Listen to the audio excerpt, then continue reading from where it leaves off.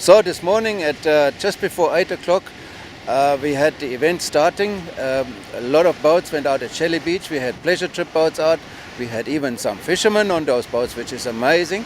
We had a big show from the NSRI, huge support.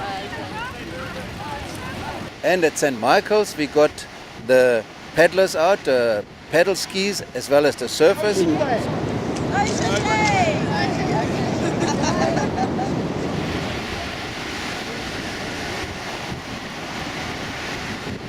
So a lot of us went out to see. We estimated approximately 70 to 80 people being gathering at the back of the nets. Due to the sea conditions and the wind, of course, we couldn't do many speeches there. We went out to do this today in order to pay a little bit of respect to the ocean. I tried to shout a few words into the ocean just to tell everybody what we're here for and to thank them for coming. And then we all put some flowers into the ocean. Watched them drift away and felt really good about it. This is what we do. The ocean is magic and it's our life.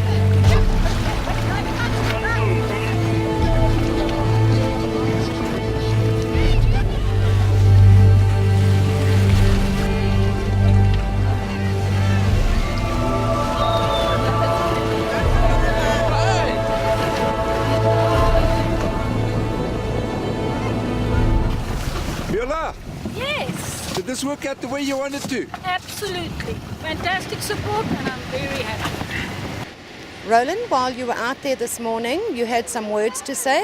Tell us about it. Yes, the whole idea to go out to the shark nets is to remember the importance of the sharks, to highlight the importance of the sharks for the ocean. A friend of mine, my old friend Andy Kopp, has dedicated his entire life to conserve sharks and fight for the protection of the sharks. And his words were very clearly, without sharks, the ocean will die. And this is exactly what we need to bring across to people. The sharks keep the balance in the ocean amongst the other living beings in the ocean, and as well for us, they provide a huge tourism potential.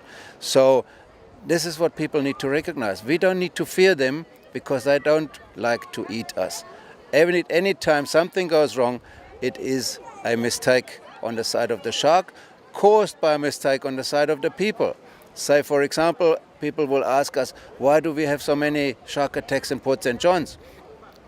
The problem at Port St. John's is there is a river flowing into that beach there, and that river comes down from the rural areas where cows get slaughtered, animals get slaughtered, where sewage goes in, and that would attract sharks. And if anybody doesn't know that and finds himself swimming in that area, can have a problem by a mistaken identity. And this is what we need to get through. We don't need the nets to take all the sharks out, because those nets do not protect the swimmers. They open on all sides and on the bottom. They are way overdue. In 1984, the senior scientist Leonard Campagno already mentioned that the shark nets are overdue. We don't need them anymore. So this is what we want to bring across to people. Do not fear the sharks, respect them, respect your ocean, because this ocean is doing so much for us. It provides a living for us, it provides a food source for many people, it provides a hell of a lot of fun for everybody, and we need to just show that ocean this appreciation. Respect. That's it, and that's what we came out for. And the outcome was amazing. We had many surfers coming out supporting us, and those people specifically showed a brave face, and because they're pretty vulnerable. If one thinks that sharks would ever want to attack somebody, they would be the first, and yet they know, because they're people from the ocean, they know they don't have to fear it. And this is what we need to tell people on land and everywhere else. Don't fear the sharks, respect them, be careful, do the right thing, and no harm will come to you. Knowledge, is what it's all about. Know what you're doing and you should be safe out there. That's it, and we need to bring that across, starting with the young guys, because that's our future. Are we keeping cameras?